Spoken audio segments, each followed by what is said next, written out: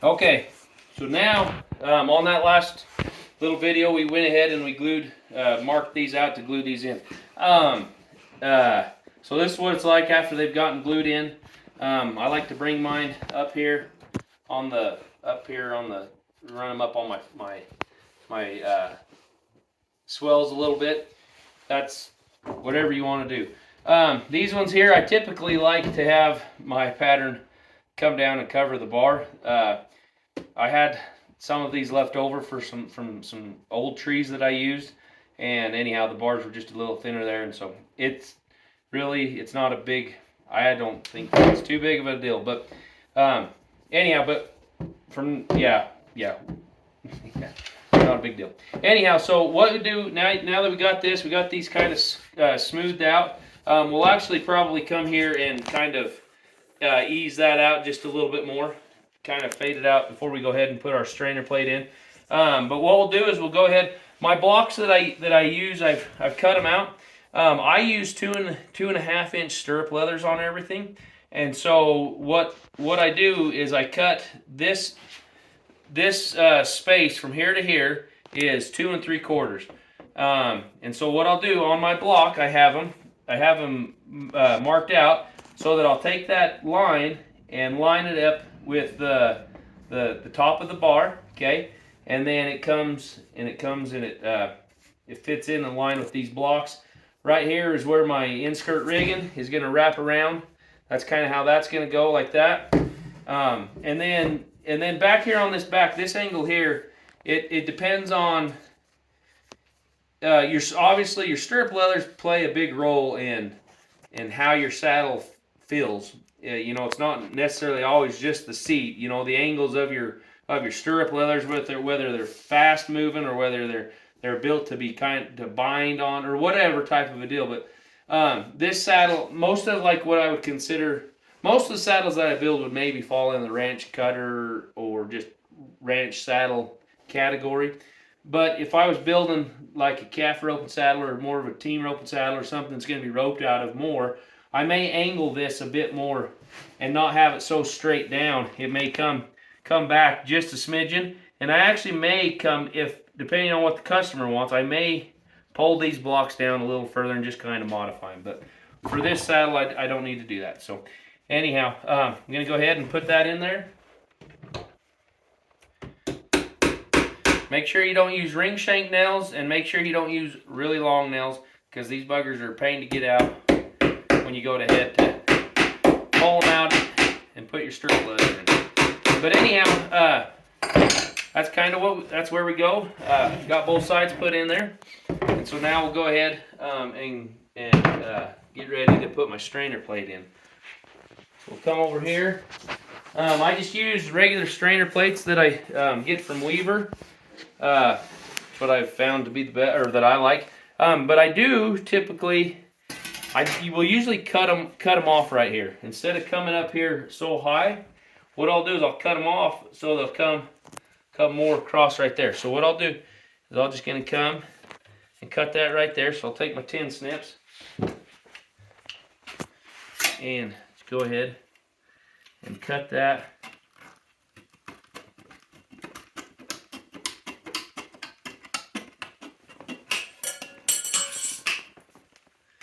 Kind of ease that up a little bit right there. Okay, now what I'll do is I'll now come and I'm going to punch more holes in this. I have found out that I love more places for nails to go than less places. So anyhow, so what I'll do is I'll come here, and in between each hole, I may put 1 or 2 new holes. And what I'll do is I just take a punch in my hammer, probably.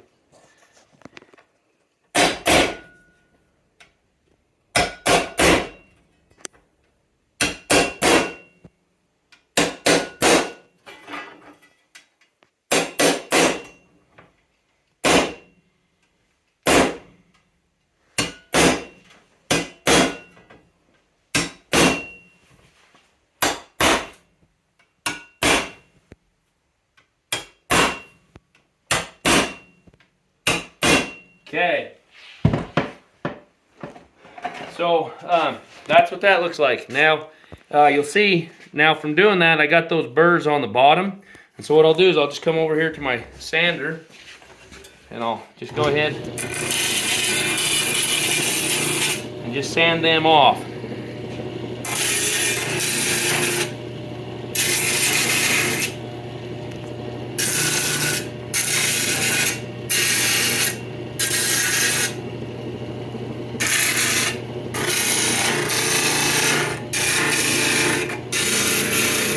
Okay, so I'll just get them.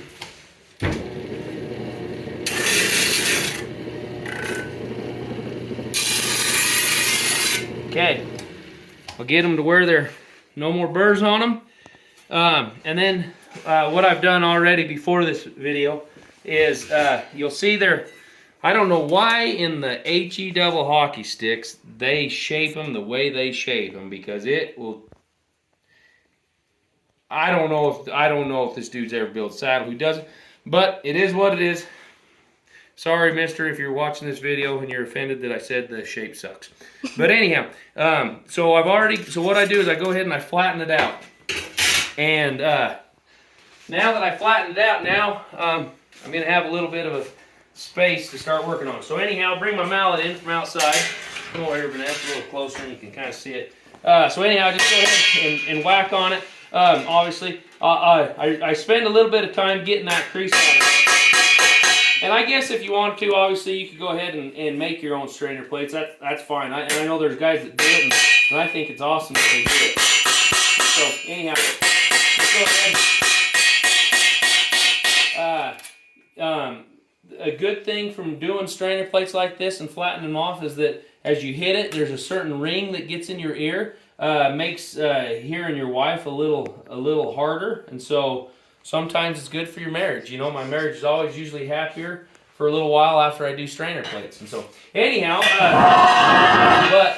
so now it's flat, obviously, and it's not going to fit in the tree very well. So what I'll go ahead now and start doing is and if you're shooting, go ahead and just start bending stuff with your horn there. And I found this is just an old track rail that I just cut up and stuff like that. And this, I actually like this really good for this kind of stuff versus my regular anvil that I used to shoot my horses with. But anyhow, I'll just go ahead and I'll start just hitting those down. Start getting that shape. Okay. I'll come over here on this side. And this is just the beginning. We still got a little, we're not trying to get our shape. Don't be in a hurry to try to get your shape from the first time you sit down at your anvil. And here I'm going to kind of go. And you see I'm holding my strainer plate at an angle like that because my bars on my saddle as they come, they're going to be here and then they're going to flatten out as they come right across there. So I'm just going to go here. Okay. Start working my way in there.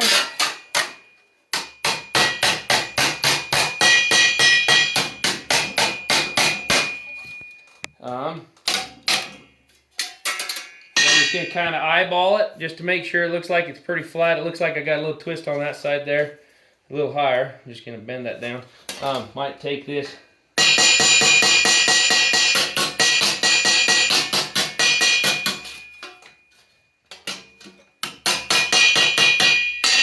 Okay. Awesome. There you go, brother.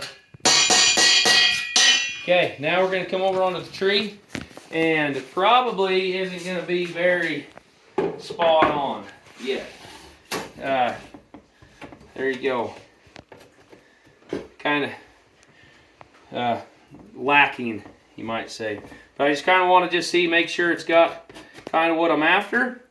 I like it. I might hit down right here, kind of flatten that out a little bit, and then I'm going to come here. I'm going to mark kind of where my break is, my breaking point is on my tree. And what I'm looking for is basically where that bar comes and ties into my cannel. So it'd be essentially right there.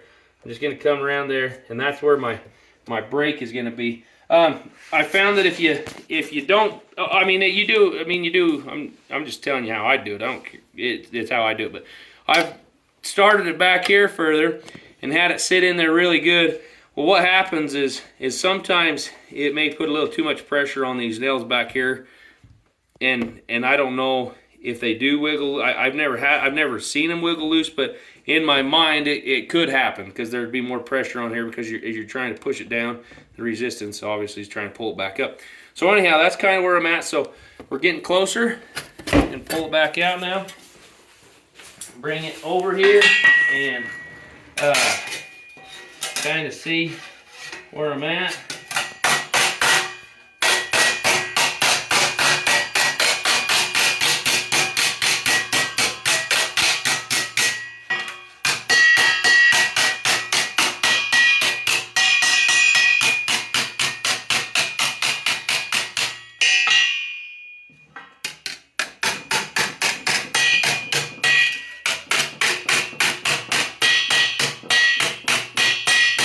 And the more you bang on the metal, obviously it's like a horse, kind of maybe a little suppler it gets and just a little easier that it gets to work with and stuff. Anyhow, keep on hacking on it and you'll get it. So this side right here, I needed to hammer that down, I think, a little bit. So I need to come here, roll those. Also, another thing that I like to do is just make sure that that right there is all kind of just even, not one spot got hit harder than the other. I might come here now and bend these just a smidgen, and also, you know, you can work on with a strainer plate. You can always work on kind of getting some of your rise already put into your seat if you like a lot of rise or if you don't like very much rise, or however whatever floats your boat. So now I'm going to come in here and see if it goes down to where I want it. And I like that. It kind of fits down in there. So now what I'm going to do is I'm going to softly, you don't want to whack on too hard, but I'm just going to start maybe holding that and just kind of hitting it. Vanessa, maybe if you want, come over on this side. I'm going to maybe just start hitting it, kind of tapping it in there, putting a little.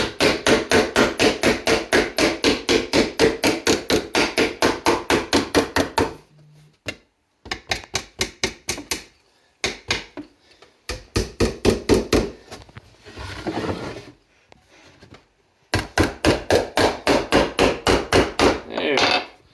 I like that. I like it. Now,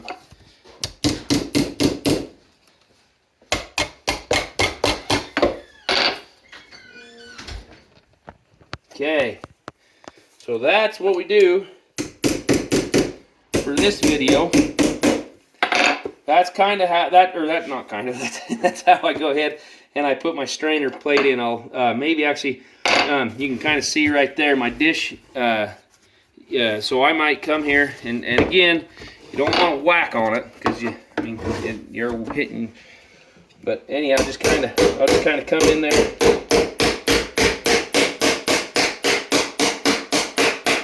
Hit that strainer plate so it kind of gets a little bit of the shape.